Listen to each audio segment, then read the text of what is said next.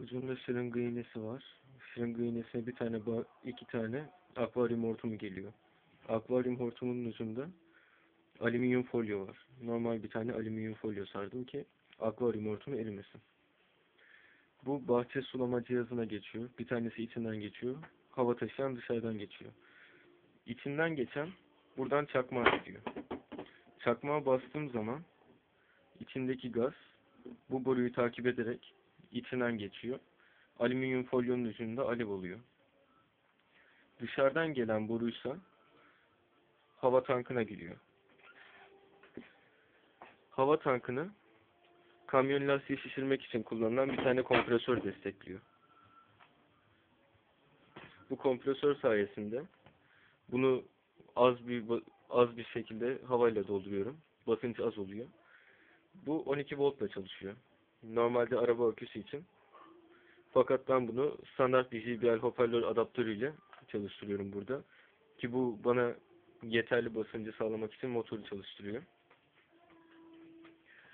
Buradan dolduruyor. Akvaryum hortumunun çıkışı burada. Şuradan çıkıyor.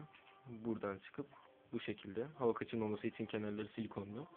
Patlanması için kenarları ip ve paket bantıyla sarılı. Bu standart 5 litrelik bir hayat su şişesi.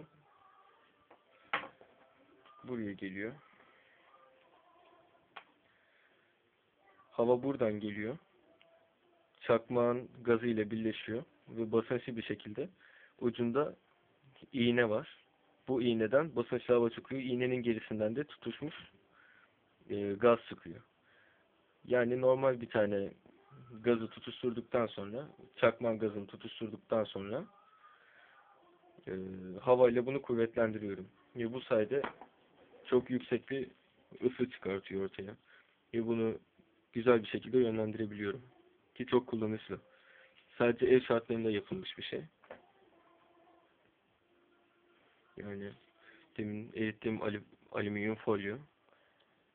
Ekranda fazla belli olmuyor ama bayağı rengarenk şu anda.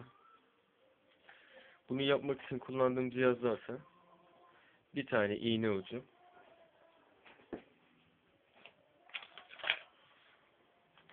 standart bir iğnenin ucu yani. Akvaryum hortumu yaklaşık 1 metre veya 2 metre. Bir tane çakmak. Çakmağın ayarını en son seviyeye getirdim. Bunu tetik şeklinde buraya koydum. Bahçe sulamak için kullanılan normal bir tane tabanca. Ortasını deldim. İçinden geçirdim çakmağın gazını taşıyan hortumu. İçinden çıkıyor. Bir tane hayat su şişesi. 30 milyonluk bir tane kamyon lastiği şişirmek için kompresör. 12 voltluk bir tane adaptör. JBL hoparlör adaptörü.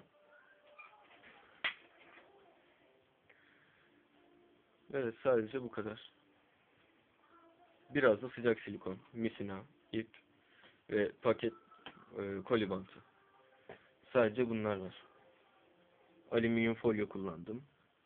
Bunun dışında biraz selo bantla sadece tutturmak için kullandım. Yanlışlıkla bu tornavidanın arkasını da erittim demin. Bir önceki videoda vardı. Kullandım. Ucunu genişletebilmek için. Yani E'nin sivri ucunu soktum.